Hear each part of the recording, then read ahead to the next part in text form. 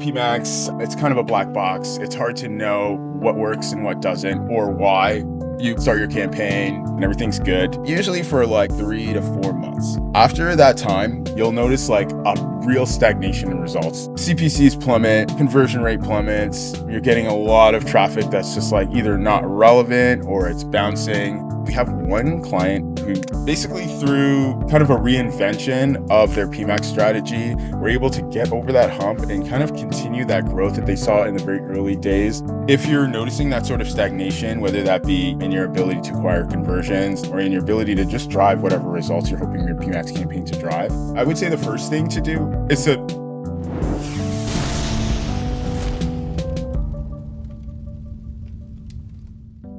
You're spending real money to drive traffic to your site, but the truth is 98% of that traffic leaves without ever giving you an email. Meta knows who they are, but you don't unless you use Instant. Instant helps brands identify anonymous visitors so you can send more abandonment emails, build stronger retargeting audiences, and actually recover that lost revenue. Brands like Fate the Label saw a 4.5x boost in their abandonment flows. Masco increased Shopify revenue by over 15%. Third Love, Toys R Us, and the Oodie, these are all massive stores that use Instant to see an average ROI lift of 11.2x. They'll even guarantee you a 4x ROI or your money back. It only takes 15 minutes to set up and you'll start seeing results fast. If you're serious about getting more out of the traffic you're already paying for, now's the time to fix it. Get 50% off your first month at instant.one/DTC. That's instant.one/DTC. It's all killer, no filler. It's a beautiful Thursday morning here, and I'm here with Zavire from Pilothouse's Google team. Welcome back to the podcast, Zav. How are you? Good. How are you, man? I'm pretty good. Today, we're talking about it. We seem to be talking about it on the Google side all the time, but I think it's a really good topic. We're talking PMAX strategy. You've got a really interesting case today. Walk us through what you're feeling with PMAX these days. I feel like what a lot of people are feeling, which is mild frustration. You got PMAX. It's kind of a black box. It's hard to know what works and what doesn't, or why. You put your assets in, you basically start your campaign, you get your tagging going, and you're off to the races, and everything's good. Usually for like, I would say like 3 to 4 months. After that time, often you'll notice like a real stagnation in results. So like whether that, and depending on how your PMAX campaign is set up and like what you're selling and who you're selling it to, this can look a little bit different, but it's usually like CPCs plummet, conversion rate plummets. You're getting a lot of traffic that's just like either not relevant or it's bouncing. And whatever you were tracking, whatever you were hoping to get out of your Performance Max campaign, whether that was, purchases, signups, they seem to stop happening.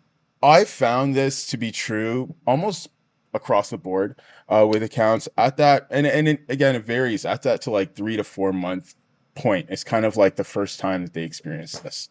And I've tried a lot of different ways of dealing with it, but we have one client specifically here in Canada, Benji Sleep, who basically through kind of a reinvention of their PMAX strategy and kind of a total refresh basically of the Google Ads account, were able to get over that hump and kind of continue that growth that they saw in the very early days of their new Performance Max campaigns. And this can be really relevant to anyone who has a brand that has existed for some time, especially in the Google space, but is launching, whether it be like a new product or a new lineup, or trying to enter a new space where they otherwise might not have been. It's a really good way to try to continue to grow those campaigns, basically. And basically, I haven't actually run a PMAX campaign myself, but you don't have the same levers. You can't sort of like, they're harder to tinker with to try to get them back on track. Is that accurate? But there's a few things that are happening, and like this is totally a part of the black box scenario. But the first thing is that like, it's hard to know when you dump all your assets into an asset group. It's hard to know which things are performing specifically. Like you can know, your ROAS, you'll know how many clicks, you'll know how much revenue that came through that campaign, but you won't necessarily know exactly what drove it. And even more importantly, you don't know where it's being driven from, right? Because Performance Max operates across pretty much every Google possible placement, Gmail, YouTube, search, shopping, and a bunch of other placements that don't even necessarily have names all the time. I would say the first thing to do is to turn your campaigns off. And like, I know that can be really painful for a lot of brands who are basically operating in a system that needs Performance Max to generate volume. But I would say if you're noticing that sort of stagnation, whether that be, in your ability to acquire conversions, or in your ability to just drive whatever results you're hoping your PMAX campaign to drive, yeah, the first thing you really need to do is turn it off. 5 to 7 days, I would say, is probably the best time. And again, like it totally depends what you're selling, who you're selling it to. But I found like regardless of the size of the campaign or kind of like the scope of it, 5 to 7 days is usually where you want to start. It gives your bid strategies time to just kind of like reset themselves. One of the major problems why a lot of the time you're seeing that stagnation in results is because basically your campaigns enter this kind of like death spiral in the sense of like they're using their historical data to basically extrapolate on to try to better understand um how it can find and target and move new people through the funnel, right?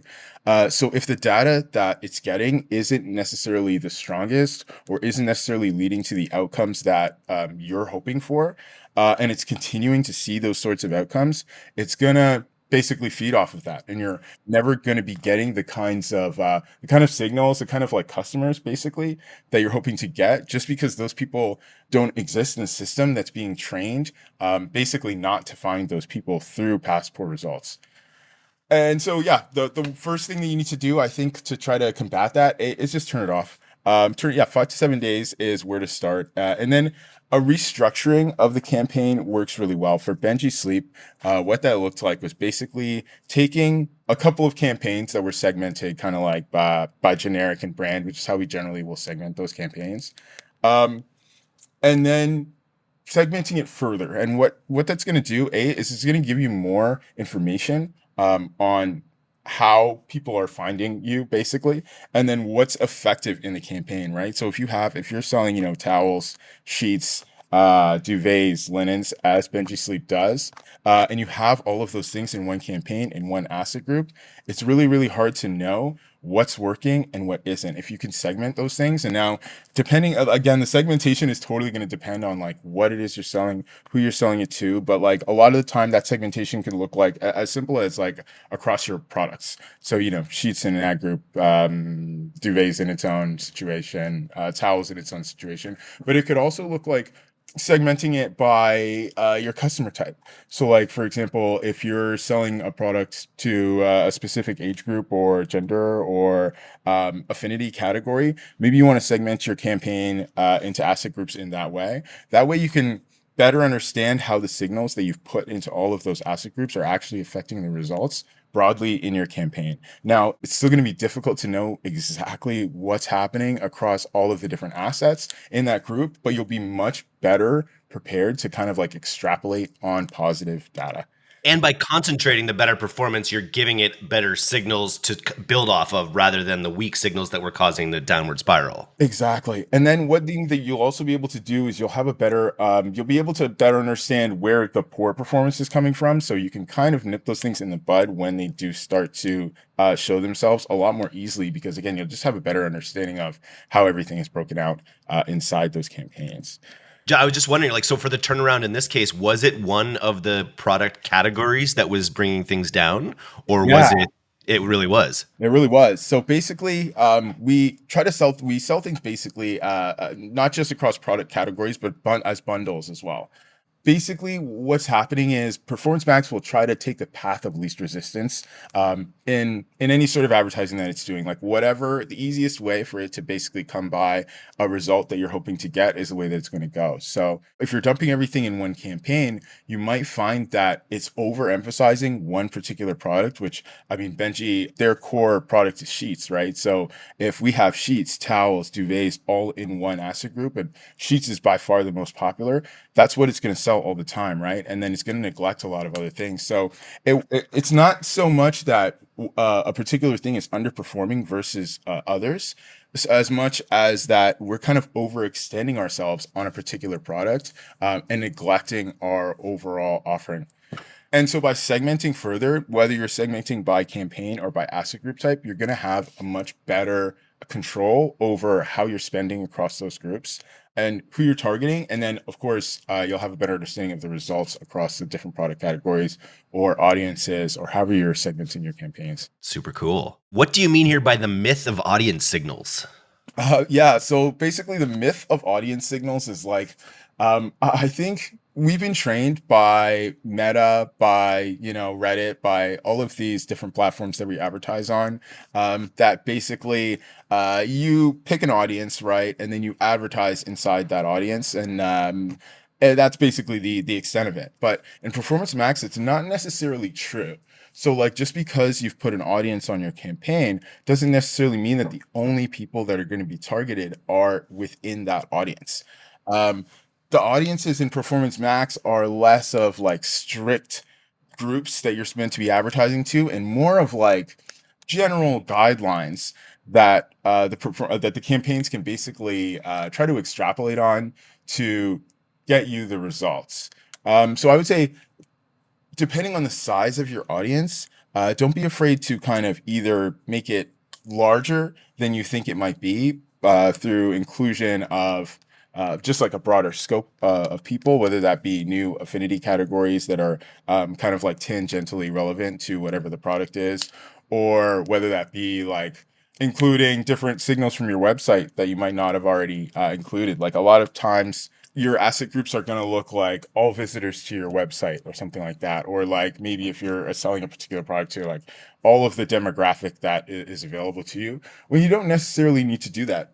You can also refine it a little bit more tightly to say like, I'm really only looking for people who visited this particular product page or like who've done this set of actions on site, so that you can try to make sure that the people that you're targeting are representative of your ideal customer and less of kind of just like a blanket group of people who might be interested in the product.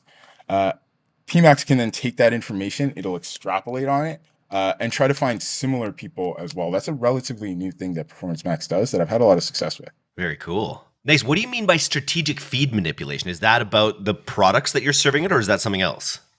Kind of, yeah. Actually, that's something that that's a big proponent of it also. So like you want to make sure basically shopping campaigns or the shopping element of Performance Max campaigns operate by taking a feed of your products, right? All of the information, the attributes that are in there, it uses to serve across shopping placements and Google Ads.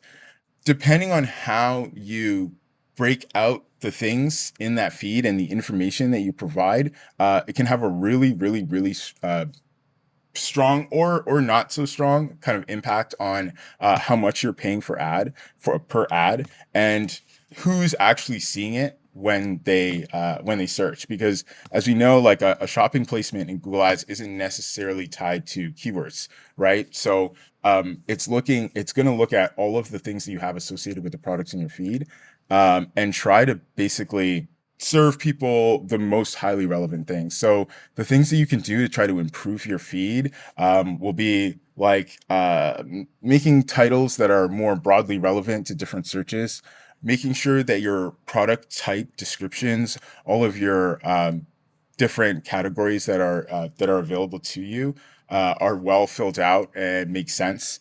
Making sure that you're using custom labels to help identify like bestsellers, new arrivals, bundles if you're selling those, and making sure that you have a supplemental feed with any sort of missing product data that might help drive creative alignment. So that will be things like seasonality, material tags, what the product is made out of, like basically anything that a person that might be relevant to a person searching is something that you should try to include, because it's just going to broaden the way that people are finding your ads. And the more that you can do that, the more that you can make sure that shopping placements are kind of a prominent part of your campaign. Because shopping placements are so far down the funnel, it's ultimately going to help you a lot in terms of driving profitability and making sure that the Performance Max campaign isn't just following the path of least resistance, which is to say, a ton of high level placements that don't necessarily result in the actions that you want people to take on site.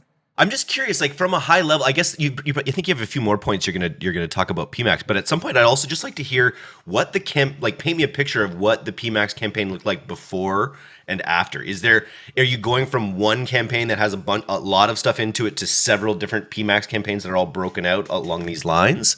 So again, that's kind of going to really, really depend on a few things.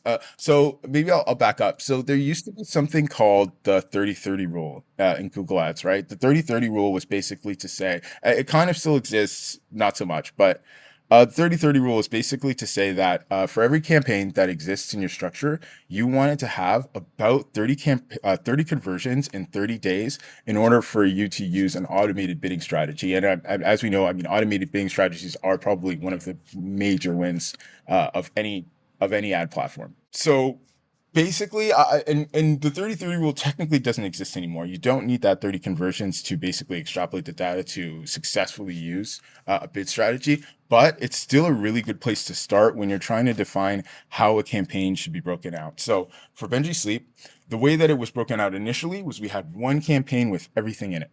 There wasn't a really strong segmentation between branded traffic and generic traffic. There wasn't a really strong segmentation between the different products in all of the groups. So everything was all in one group, which meant that it was difficult for us to not only define specific audiences against specific products, but also to try to define how we're basically positioning each of the specific items in the inventory against the different audiences that we want to position them against, right? So the way that it looked before, yeah, one big campaign, all of the stuff dumped inside of it, with one broad sort of conversion goal set. We were using ROAS at the time. And so it didn't offer us a lot of control. It didn't offer us a lot of ability to basically understand the results across the campaigns. The way that it looks now is because of their volume, it's basically two campaigns. So there's one for brand, one for generic, and then within those, there's a different asset group for every product category that they sell. So you have an asset group for towels, you have an asset group for sheets, you have an asset group for duvets. That allows us to basically make sure that we're using assets that are hyper relevant to each product category against that product category. And it also allows us to make sure that the search terms that we're using, the audiences that we're running against are as relevant as they can possibly be to each of those product categories. And we can make sure that the signals that we're using to extrapolate on, again, are as relevant as they can be. We can be as specific as saying people who visited the towels page in the past, those are the people that we're targeting, or people like that, as opposed to just saying potentially anyone who visited the Benji website looking for any product in the past 90 days, which can sometimes be effective, and depending on the volume of your business, can be super useful. But when you're looking at huge audiences against like really specific or really diverse product category, it's really, really helpful to make different asset groups for all of those. And if you have the volume and you really want even more control, it can be useful to make different campaigns for each of them, because budgets are set at the campaign level, right? So even if you break everything out inside your campaign, you're not necessarily going to be able to always control the spend against each product category. But yeah, if you break it out by campaign, you can. Again, I think like that, coming back to that 30-30 rule is a really nice place to start to understand whether you should be breaking things out by campaign or as different asset groups within a specific campaign. I love stories like this just because it constantly reminds us that AI is not ready to fully take over yet. You Not at need to all. guide it. You need to put the guardrails on it, the handholds in the right space to make it as effective as it can be. Yeah. It's definitely something that you need to push in a direction and keep focused. Again, that's kind of like set it and forget it attitude can be really useful and can be really time saving, but ultimately it usually ends up in kind of a stagnation of results, and it kind of gets lazy, to be honest. Yeah, makes sense. And then, so what sort of like improvement were we able to see by like rethinking this PMAX campaign? Yeah, so basically by rethinking the PMAX campaign after like post that off period when we made all of those changes, our ROAS was up 37% almost immediately. That's wild. The branded click share was down about 20%, which means that we were able to spend more in prospecting new customers rather than just targeting people who are already aware. And despite being able to spend, despite spending more dollars on prospecting rather than branded, our CPA actually improved slightly, and the volume of conversions that we got through those campaigns more than doubled. It was like a 2.2x. And so Not only that, not only were we able to actually just improve the results at a very high level, we also were able to do so in a way that helps Benji and ourselves better understand like what was performing when and how and why, which is really, really important to take back when we're talking about trying to develop new assets, trying to launch new products, trying to enter new fields. All of those are like really, really invaluable tools to try to like better understand the way that your business is positioned kind of in the Google search landscape. I love that. And it goes beyond just ads too, right? You're getting product data about where to expand, how to represent those products to different audiences. By doing this, you get a lot more data that reflects on your whole business. Yeah. And those are things that you can take to other platforms. Those are things that you can take like outside of the Google space and can really help you to kind of like navigate, dictate your next moves, like potentially far beyond Google. Super cool. You've got another note here about using scripts to track performance in new ways. What are you talking about there? Yeah. So basically, this is a little bit more advanced and maybe not always necessary, but if you really want to have a good, solid understanding of like how your campaign is performing across what strata, whether that be like how much is being spent on shopping placements versus Gmail, for example, or display. Now, technically, those things aren't always available to you in platform, but there are scripts that you can use that you can add to your campaigns that will basically track that data for you. So you can have a much better understanding of where is my money going? Where is it coming from? And what actually is driving results inside my PMAX campaign? You can see information per asset. You can see information per placement type. You can see information per ad. And I mean, there's a bunch of them. They all work slightly differently, but I can include some links to some of my personal favorites, definitely in the notes for this. Nice, in the show notes. Perfect. Well, Zav, I think this is the perfect example of a all killer, no filler episode. We're just coming up on 20 minutes here. This was all super valuable to anyone advertising on Google or PMAX. Thanks for coming on, man. It was great to have you back. Thanks, Eric. Good to see you again. And if you want to work with Pilothouse, you want to work with Zav, just reach out, pilothouse.co. We're ready to break your PMAX campaign so we can rebuild them better. Just give us a shout. Yeah, thanks, Zav.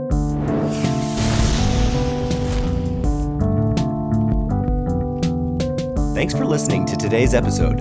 If you're not getting the D2C newsletter, you can subscribe for free at directtoconsumer.co. And if you want to learn more about Pilothouse's all-killer, no-filler services, take off to pilothouse.co. I'm Eric Dick, and this has been the D2C Podcast. We'll see you next time.